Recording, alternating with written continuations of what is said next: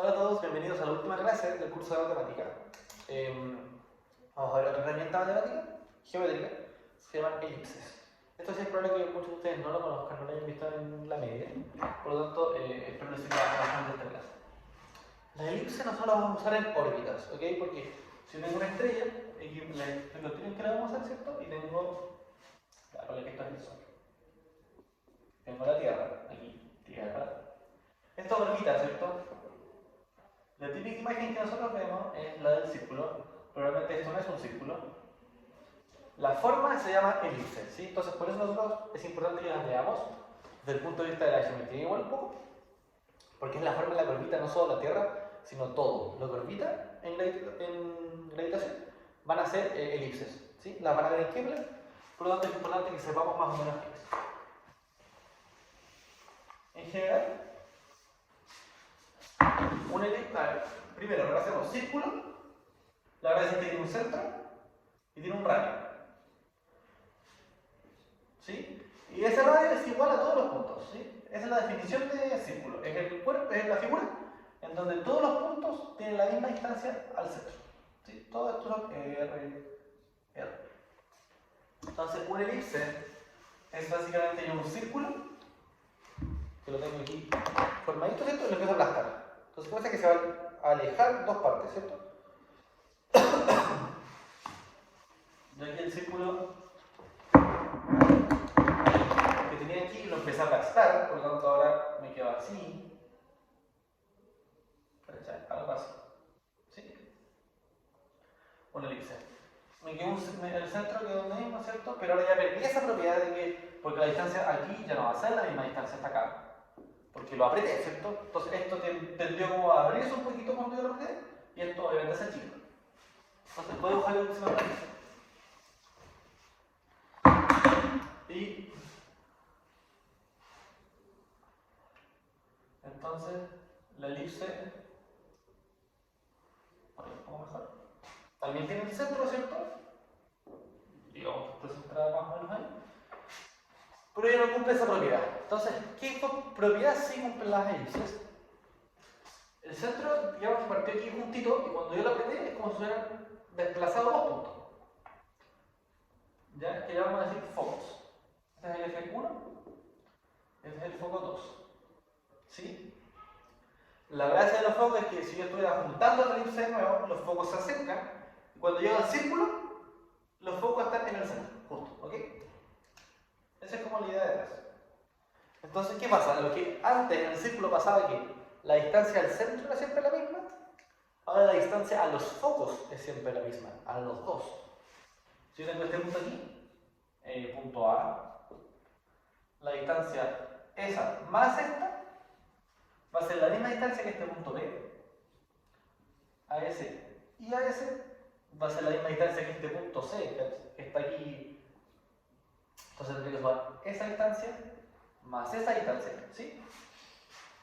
Entonces, para escribir eso, lo que voy a poner yo es una D de distancia. Tengo el centro, tengo el foco 2 y tengo el foco 1. Obviamente, cuál es el 1 y cuál es el 2 da exactamente lo mismo. Aquí tengo un punto de elipse, ¿ve? Aquí tengo un punto A, entonces va a pasar que la distancia entre A y el foco 1 más la distancia entre B y el foco 1, la distancia entre A y el foco 1 más la distancia entre A y el foco 2 es igual a la distancia entre B y el foco 1 más la distancia de B al foco 2. ¿Sí? Esas dos sumadas es lo mismo que esas dos sumadas. Me quedo media de problema. Ahí. ¿Vale? Esa es la gracia de las elipses, esa es la perdón, propiedad que cumplen siempre.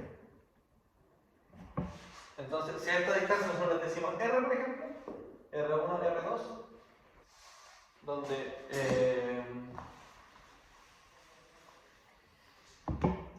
R1 a ser la distancia entre un punto P de punto, foco 1 y R2 va a ser la distancia entre el mismo punto y el foco 2, entonces en una elipse R1 más R2 va a ser constante, porque siempre suman lo mismo.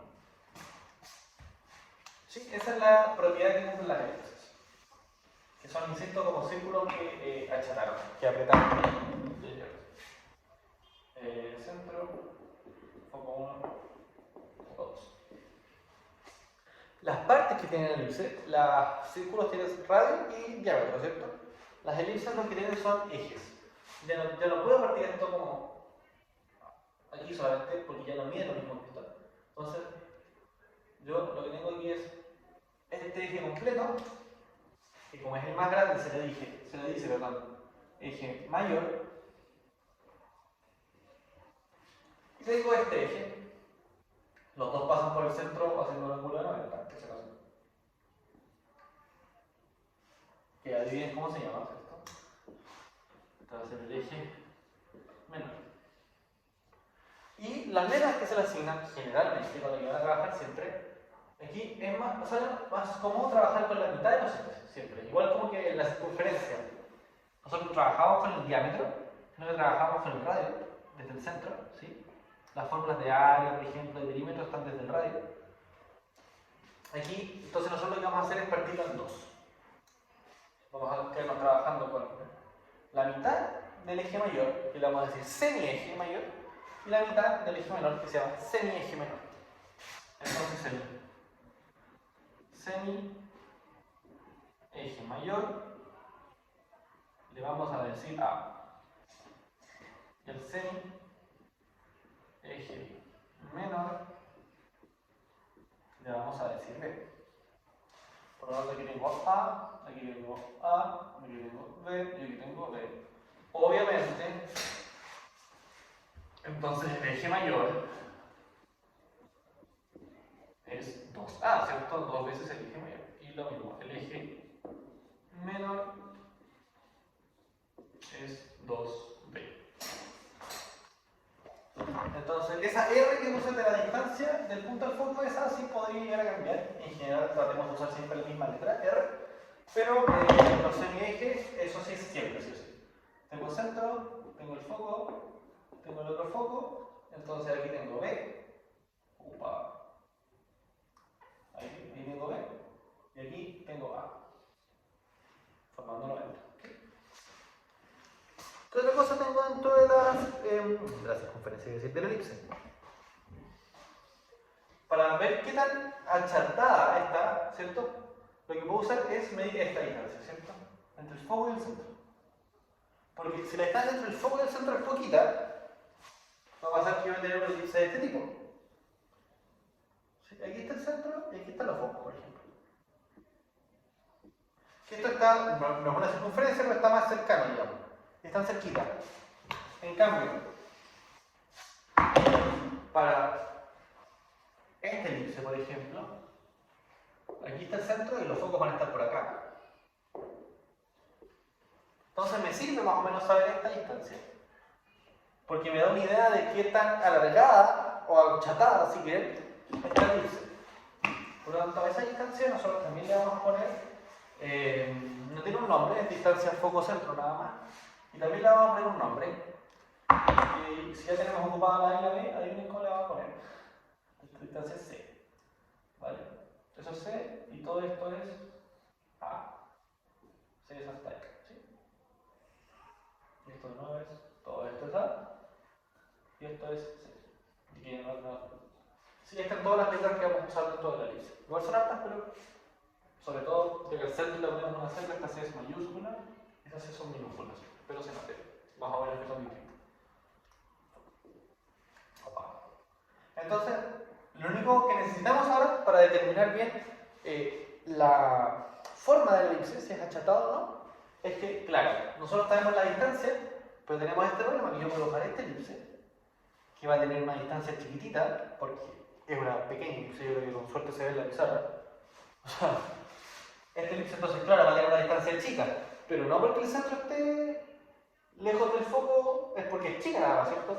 O puedo dibujar una elipse bien grande, que es medianamente parecida, no es tan alargada, pero claro, va a tener una distancia grande entre centro y foco, porque es una elipse grande simplemente. Entonces nosotros le damos una forma de, que aquí de nuevo vamos a usar una razón, que vamos a relacionar la distancia que hay entre el foco y el centro, pero con el semieje mayor, ¿sí? Porque así, como yo estoy dividiendo por el semieje mayor, si tengo una distancia grande, pero dibujo por un semieje mayor grande, me va a quedar un número mucho que representa de verdad que tan lejos estamos. A ese número nosotros le vamos a llamar excentricidad del elipse, ¿vale? Excentricidad, y va a representar la forma, ¿sí? Forma que tan achatada está, ¿vale? Estos nombres de, como ya le dije, menor ya los voy a borrar porque están escritos acá abajo. Y la excentricidad se simboliza con esta letra, que es como una E, pero así. ¿Vale? Se llama epsilon, es una letra aquí. Se calcula epsilon como este C, distancia foco-centro, con el eje. La excentricidad de la Tierra, por ejemplo, es de 0,0167. No tienen unidades de medida porque esto, digamos que está de kilómetro a kilómetro, también se simplifican las unidades de otra manera física. Es como una razón solamente. Como es una razón, no tiene unidad de medida porque es la relación. Este número es muy chico, como se dan cuenta, porque las órbitas de los planetas del sistema solar son muy cercanas a círculos, ¿sí? Son un poquito achatadas. Pero son achatadas, ¿sí? No son círculos. Por lo tanto, es importante mencionarlo. Los esquemas que van a trabajar generalmente van a estar así exagerados.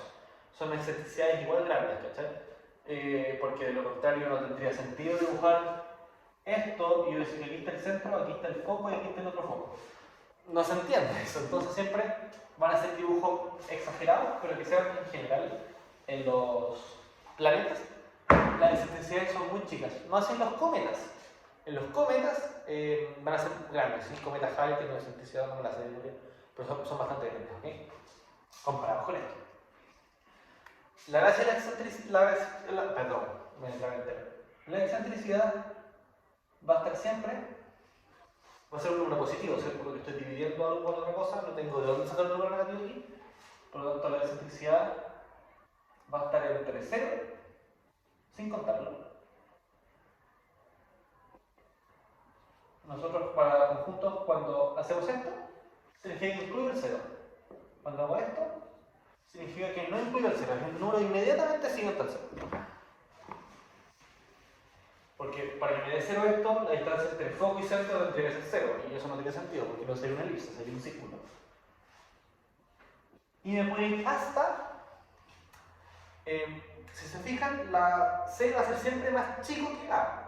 Porque si el foco lo fuera moviendo,